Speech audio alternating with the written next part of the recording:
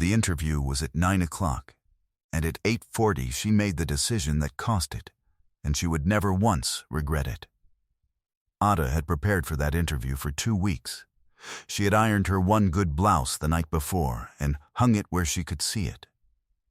She had practiced the answers to the questions she thought they might ask, standing in front of the small cracked mirror in the apartment she shared with 2 other people, because one person could not afford it alone. She had counted the money for the bus twice. The job was not a dream job. It was a filing position at a mid-sized company, ordinary and unglamorous. But it paid enough to change her life, and she needed her life changed, and she had wanted it with the focused hunger of a person who has learned not to want things she cannot have. She left early. She always left early. Being poor teaches you that lateness is a luxury for people with margin. And she had none. She had planned the route to give herself 20 extra minutes, a cushion against the 1,000 small disasters that the city liked to arrange for people who could least afford them. She used every one of those minutes and more on the old man who fell. Before I tell you who that old man was, and what he saw in the girl who stopped for him, and how a missed interview turned into the single most important morning of her life, stay with me. Subscribe if you're new here, and leave a comment telling me where in the world you're watching from tonight. This one reaches a long way, and I always love to see how far. She saw him go down near the station entrance. An old man, well-dressed but not ostentatiously so, walking with a cane, and then not walking, one leg simply giving out under him the way old legs do, sending him down hard onto the concrete in the middle of a morning crowd that flowed around him like water around a stone. That was the thing Ada noticed even before she moved, how the crowd flowed around him. Dozens of people, all of them in a hurry, all of them with somewhere to be, and every single one of them adjusting their path by a few inches to avoid the fallen old man and continuing on. Nobody stopped. It was rush hour in a hard city, and everyone had an interview of their own, or something like one, and an old man on the ground was somebody else's problem, always somebody else's, right up until there was no one left for it to be the problem of. Ada stopped. She did not decide to, exactly, any more than you decide to breathe. She was simply the kind of person who could not walk past a fallen old man in a moving crowd, and she had been that kind of person her whole life, and it had cost her before, and would cost her again, and she had made her peace with the cost a long time ago. She knelt beside him on the dirty concrete in her one good blouse, and she asked him if he was hurt. He was more shaken than hurt, she quickly understood. The fall had frightened him more than it had damaged him, which is its own kind of injury for a proud old man, the fear of a body that has begun to fail. His hands were shaking. There was a scrape on one of them, and a graze on his cheek, and he was trying to get up too fast in the way that people do when they are more ashamed than injured, and Ada put a gentle hand on his shoulder and told him to wait. To just wait a moment, that there was no hurry, that she was not going anywhere. That was a lie, of course. She was going somewhere. She was going to 9 o'clock, and it was already 8:45, and the station was still ahead of her, and the train after that, and the walk after that. She knew, kneeling on the concrete, exactly what she was choosing. She knew that every minute she spent with the old man was a minute subtracted from a future she had wanted with her whole heart. And she chose him anyway, because the alternative was to be the kind of person who does the arithmetic and leaves, and she had decided long ago that she would rather be poor than be that. "You should go," the old man said, once he could speak. He had seen it too, apparently, read it off her, the good blouse, the tension, the way her eyes kept flicking toward the station. "You have somewhere to be.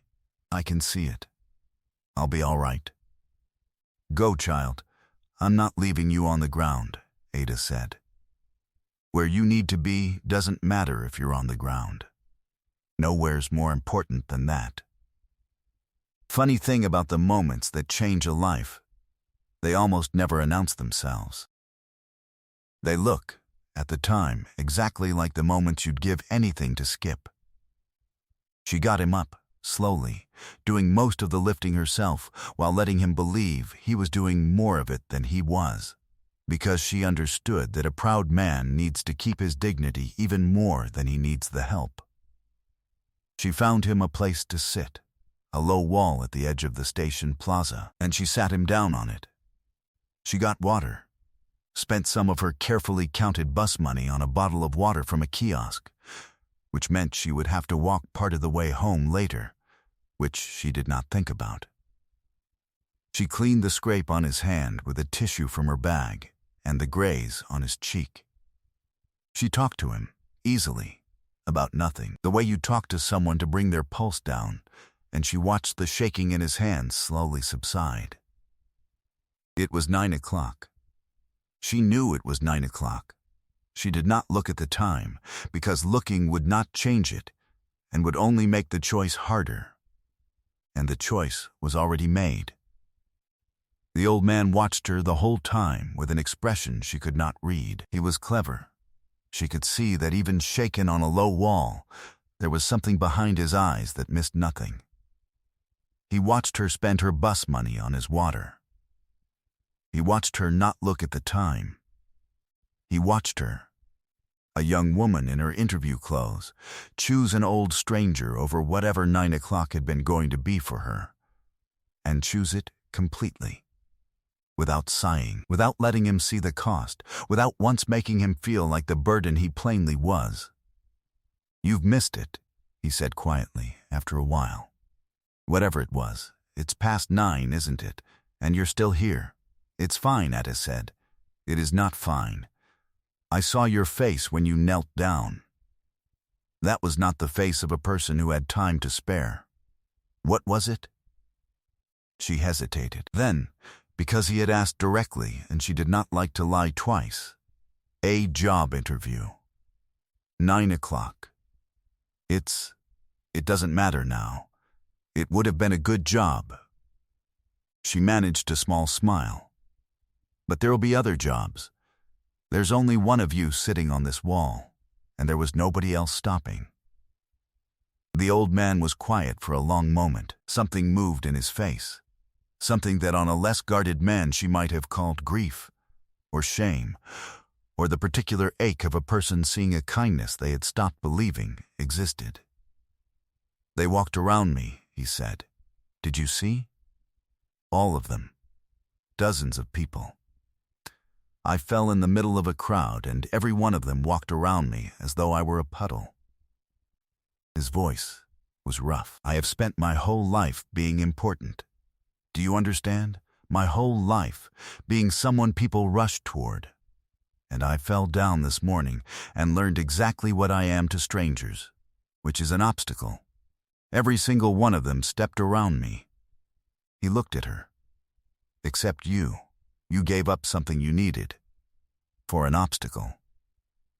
"You're not an obstacle," Ada said. "You're a person who fell down. That's different. That's completely different. Most people don't think so. Most people are in a hurry," Ada said. "It's not that they're bad. They're just scared. Most of them. Scared of being late. Scared of losing the thing they're rushing toward. I know that's scared. I'm scared of it right now."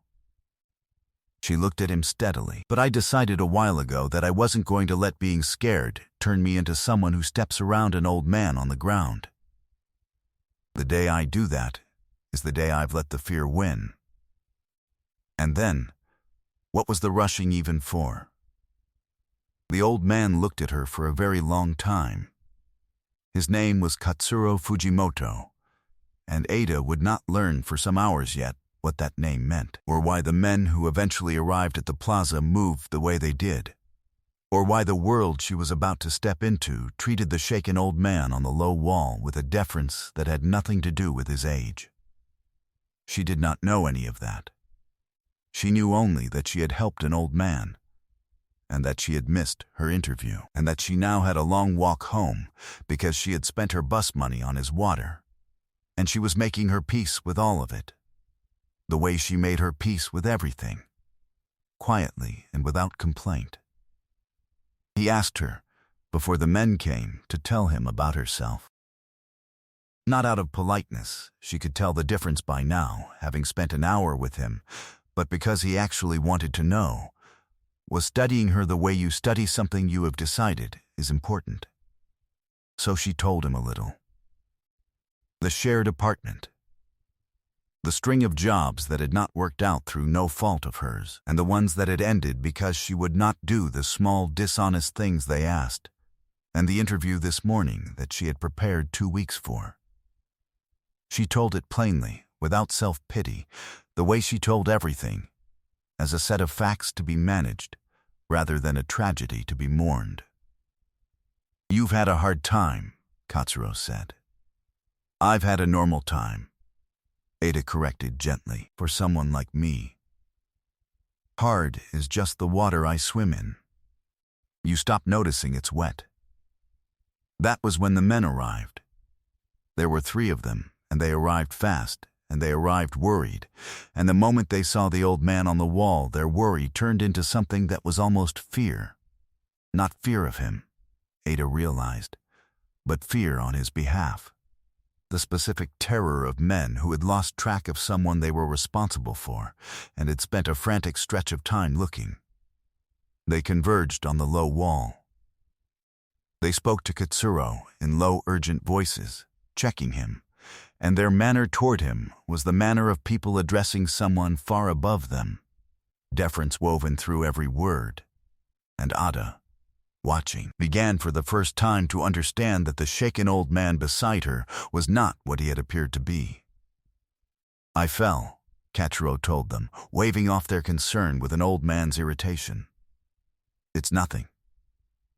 My leg gave out. I sent the car ahead like a fool and thought I'd walk the last stretch, and I fell, and not one person in this entire city stopped. He put a hand on Ada's shoulder, except this one. She missed something important to sit on a wall with an old man for an hour. Remember her face. All of you. Remember it well. The men looked at Ada. Their expressions shifted into something careful and evaluating, and Ada understood that whatever she had stumbled into was larger than a fallen stranger, and she felt a flicker of the wariness that poor people learn to feel around sudden attention from powerful-seeming men. I should go, she said, standing. You're in good hands now. I'm glad you're all right. Sit down, Katsuro said. Not unkindly, but it was the voice of a man used to being obeyed, and it stopped her. You are not going to walk away from me now, child, having walked toward me when no one else would. That would be a poor trade. Sit down. There is a thing I need to understand first. She sat.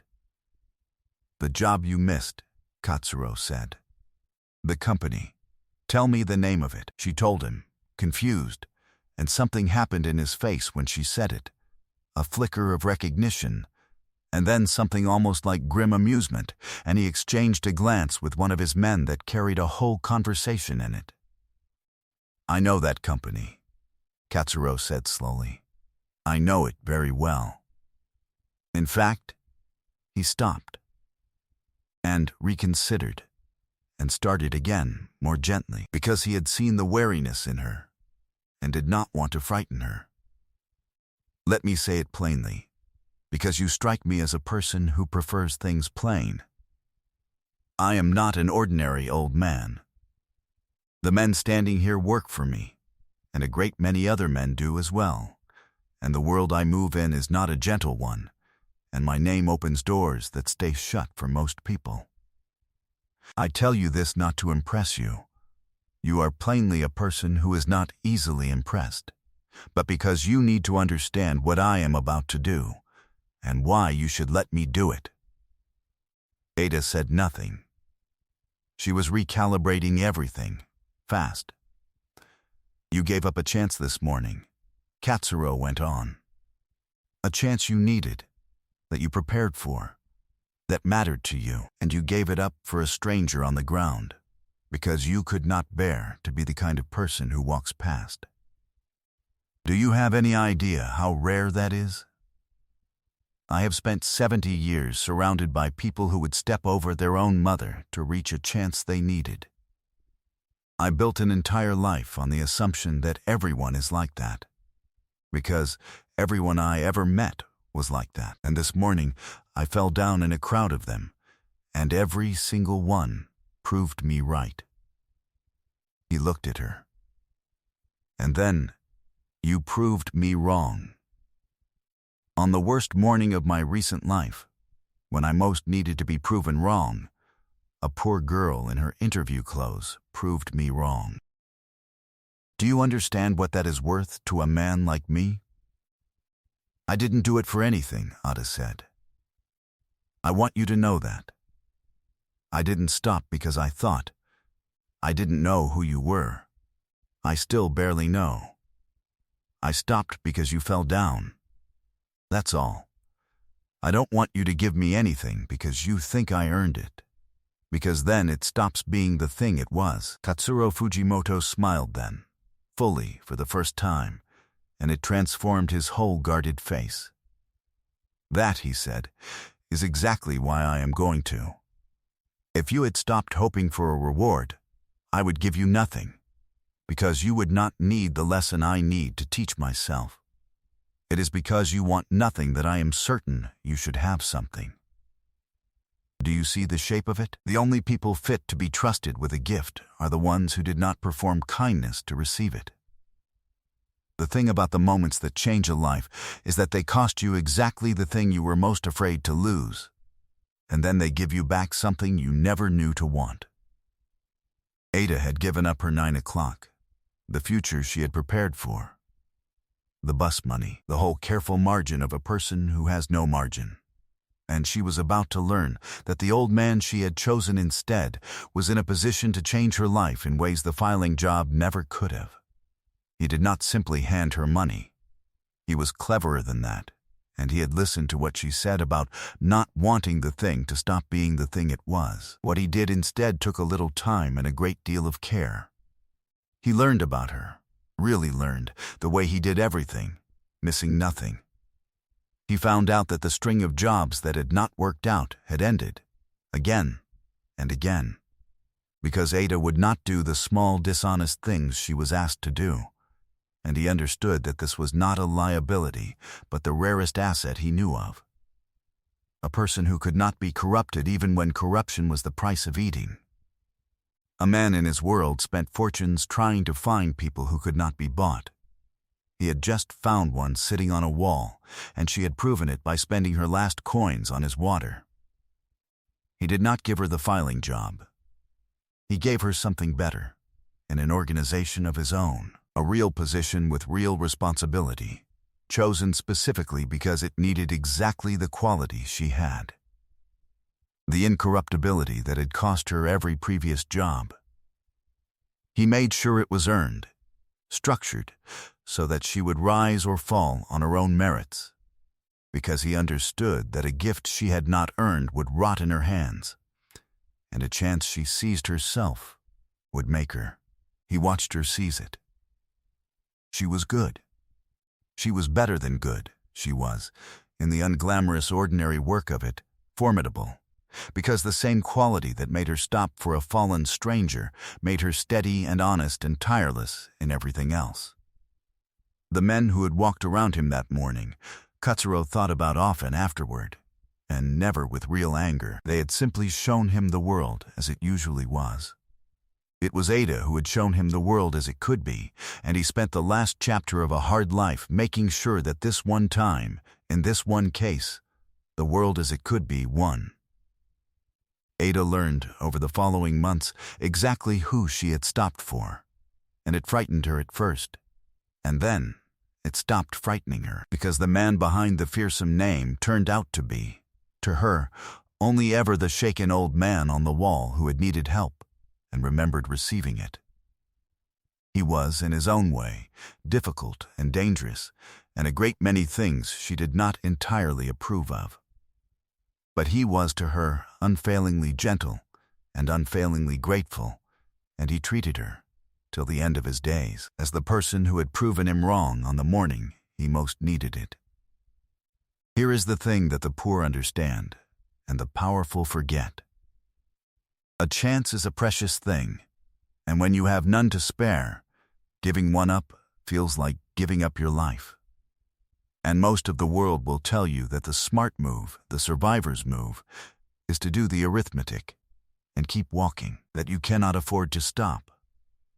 That kindness is a luxury for people with margin, that an old man on the ground is somebody else's problem. But the arithmetic is a lie, because it can only count the chance you can see, and it has no way to count the one you cannot. Ada gave up a 9 o'clock interview to sit on a wall with a stranger, and in doing it, she walked past every calculation that says the good thing is the foolish thing, and she was proven right in a way that most people who make that choice never get to see. Not because kindness is always repaid, it is not, and she would have stopped anyway, if it never was. But because the kind of person who stops when the arithmetic says keep walking is the rarest and most valuable thing in any world, gentle or hard, and every so often, on the worst morning of an old man's life, the world arranges to notice.